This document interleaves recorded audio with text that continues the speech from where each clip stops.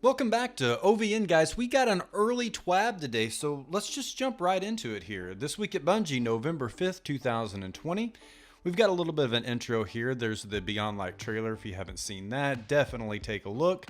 Big time information here. This is the roadmap. If you have any questions about when things are going to drop, there it is for you right there. It's all in the patch. Over the last few weeks, our goals have been to set expectations. We've covered the Destiny content vault, upcoming sandbox changes, gambit tuning, and more. These updates aren't mind-blowing or overly game-changing. They're just nice little morsels to chew on in the final days leading up to launch. In any case, we hope you like the following quality of life appetizers before your meal is delivered on November 10th. Now, this is something that a lot of people have been having questions about: archives. Beginning November 10th, 2 new kiosks will be available in the tower. First up, the quest archive will be found next to the postmaster. Our hope is that this removes some of the confusion when trying to track down the odd quest you previously discarded. Additionally, this will be the place for any veteran players to pick up the new light quest on November 10th, if they have a strong desire to experience new player tutorials and the reintroduction to the Cosmodrome. Now that's where our new NPC is at. If you have any curiosities about that, this is where you're going to do it. You're going to hop into that kiosk and you can see what a new light player would experience, which is pretty cool. Next up, now this is the exotic kiosk, and a lot of people have had questions about this. What's it going to cost? So not specifics here, but gives us a better idea. Next up, the Monument to Lost Light's exotic archive will be found by the vault. Here, players may acquire various exotics and legendary pinnacle pursuit weapons that were once available through now retired quests. As many of these exotics were tied to lengthy quests or difficult objectives, we wanted to make sure their prices reflected those previous efforts. Players will need an amount of glimmer, destination materials, masterworking materials, and an exotic cipher or ascendant shard in order to purchase the exotic or legendary which they desire. We're also introducing a currency, Spoils of Conquest, which can only be acquired when completing raids. This currency will be required for exotics previously tied to vaulted raids. So if you don't have Anarchy, you're going to need this new currency, which sounds logical. If an exotic's tied to a raid, you should probably have to have completed a raid, any of them probably, to get said exotic. So Glimmer, destination materials, masterworking materials, an exotic cipher, or ascendant shard. So pretty reasonable things there. So exotic ciphers, this is important too. In the past, exotic ciphers were very limited in nature, like 2 or 3 maybe I've received since the introduction of that currency. While you can expect one to be available as a part of the season pass, Xur will also offer a quest to earn 1 exotic cipher on a weekly cadence. So good news there. All those exotics that were previously released that don't have quests now, you're going to need an exotic cipher probably to get those. Just like the ones that were available at the Cryptarch, same deal here. So let's move on to traditional patch notes. Crucible, Trials of Osiris power level requirement is increased to 1210. Added adept weapons and weapon mods to flawless chest rewards. There's some additional information you could click on there, but let's go ahead and get through the TWAB. Maps, added physics blockers to some out of bounds areas on Altar of Flames, Exodus Blue, and Cauldron. Player identity, login screens now have a dark background, so we won't be blinded every time we log in.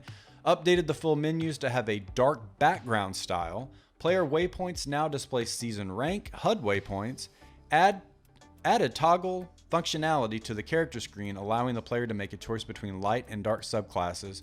Character screen visuals updated depending on player choice between light and dark. Character creation, they're changing male to female to masculine and feminine. Guardian head and hair models have been replaced with new versions. Let's look at some miscellaneous stuff here. Fixed a bug that prevented online friends from showing up in the roster on Stadia for players with more than 100 friends. Fixed a bug that occasionally prevented players from earning progress on bounties when joining an activity in progress.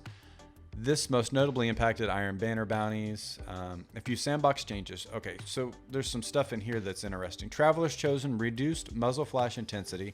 Point of the Stag increased Point of the Stag's max power level to 1310. Divinity fixed a bug that prevented some weapons from dealing precision damage to the Divinity cage. For example, Ariana's Vow. Hunter dodge. Increased Hunter's dodge cooldown by a few seconds. That's interesting. The old cooldown was 22 seconds. The new cooldown is 26. That's pretty significant, especially if you're thinking about Crucible there. Anti-champion mods. Anti-barrier mods will now penetrate Taken Phalanx shields. So that's interesting. All anti-champion mods have been shifted to armor rather than taking a weapon mod slot. Thank you.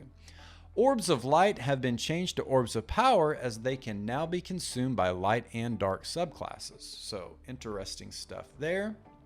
They're giving us a little gift for taking away our expired ramen coupons. So if you hop in there, you can see that you can have a nice little background on your desktop with the spicy ramen coupons. Pretty funny. Some of this new stuff coming to the Bungie store. If you're interested in some of this stuff, on Twitter, they actually released these a picture of these boots up close. Interesting stuff. Ugly sweater there. Music. Definitely really cool albums available there. We've got some masks. And then here are some of the exclusive in-game emblems there. So if you like buy something from the store or you purchase the soundtrack, these are the emblems that are going to be available there. This is probably the most important part of the TWAB. This is something that you're really going to want to pay attention to. So let's talk maintenance and preloads. Next Monday, November 9th, Destiny 2 will go offline for an extended maintenance period. We want to give everyone ample time to download Destiny 2 Update 3.0.0. Our teams are prepping for the launch day assault on our servers. Destiny player support has the full timeline for maintenance, downloads, and more. Read up, spread the word, and get ready for Beyond Light. This is their report. Next Monday, maintenance for Update 3.0.0.1 will begin. Below is a timeline of events. November 9th, and these are all Pacific Standard Time. So November 9th at 3:30, background maintenance for Update 3.001 will begin. At 4, in preparation for downtime, players will be removed from activities and will be required to download a small update before logging in again. At 6:50, sign-on for Destiny 2 will be disabled. That is a big time period there. So 4 to 6:50, pay attention to those two times. Don't wait until the last minute to go get something done in Destiny. Get it done well in advance. At 7 o'clock p.m. Pacific time, again, Pacific, Destiny 2 will be brought offline for expected maintenance. Players will be removed from activities and won't be able to log back into Destiny 2 until 9 a.m. Pacific Standard Time on November 10th. November 10th at 9 a.m., Destiny 2 Update 3.0.0.1 will be available across all platforms and regions. Players will be able to log back into Destiny 2. November 10th at 12 p.m. Pacific Time, Destiny 2 maintenance is expected to conclude. Now, in the past, we've been put into queues while we're trying to log into new content. Expect that. It's probably going to happen. So hopping on Twitter and flooding it with a bunch of negative comments isn't going to help anybody. It's just part of the experience of a new DLC. It's not exclusive to Destiny 2, by the way. PlayStation, beginning on November 8th after 8 p.m. Pacific Standard Time, users can start pre-downloading the update 3.0.0.1 by navigating to Destiny 2, pressing the options button, and selecting check for updates.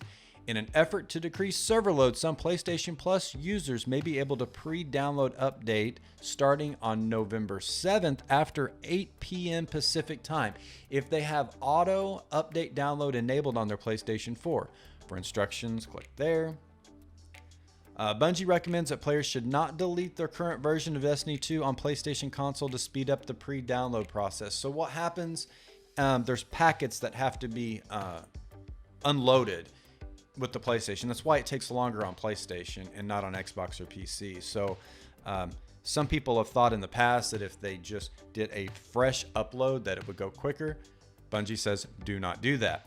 Xbox preload for Xbox will be available shortly after Destiny 2 is taken offline for expected maintenance at 7 p.m. Pacific Standard Time on November 9th. For instructions how to set up auto update, click there. PC preload for PC will be available shortly after Destiny 2 is taken offline for expected maintenance at 7 p.m. Pacific Standard Time on November 9th. The update should automatically be put into the Steam download queue once it is available for preload. For more information on managing Steam downloads and updates, click there. There's your storage requirements. Destiny Content Vault and the end of Season of Arrivals. With the start of Year 4 and the introduction of the DCV on November 10th, certain items will be deprecated from players' inventories that correspond with vaulted destinations, activities, and campaigns. We've talked about this before. If you've seen some of my older videos, I talked about how there's some things from some planets that just aren't going to be usable anymore. They're going to be taken away. So seals and titles, all of that. If you haven't got them done by now, if you're close, hop on and try to do it, but the clock's ticking on this stuff, folks. So it's pretty much over. Bungie rewards. With the release of Beyond Light on November 10th, certain Bungie rewards will no longer be available to earn. Those include Eclipse Sunset and Sunset emblems, the Year of Shadowkeep artifact coins, the Moments of Triumph t-shirt, Raid Ring, Prophecy Dungeon hoodie, the Title Seal, and Forerunner Seal. Players should be sure to earn these rewards by November 9th. Like I said, they're going to be shutting down the servers the day before.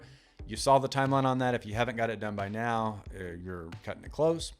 All right, movies of the week. You can take a look at those yourself if you'd like to peruse those. Let's read the conclusion here. Next week, we'll have a new companion section for Movie of the Week. We felt it important to give the same spotlight to the artist of our community as we've been given to the fun videos. To throw your hat in the ring, submit your content to the Community Creations portal. So if you're an artist out there and you've got some stuff to share, there it is, the portal. Closing. We've been here a few times. What was months has become weeks. Weeks have become mere days. 5 more sleeps stand between you and Beyond Light. Well, that's if you can even sleep the night before launch. I know I probably won't. Many of you have been on this journey with us from the start. In the last year, numerous Guardians have begun their journey through new light. No matter how long you've been a Guardian, we can't thank you enough for playing. Stay hydrated, stay healthy, DMG. So there you have it, guys. There is your TWAB for November 5th, the last this week at Bungie before the new content coming out next Tuesday. I'm wicked excited. I hope you are too. If I haven't passed 100 subs already before this video comes out, man, I would love to have that push over 100 and then onwards and upwards to 500 and 1,000.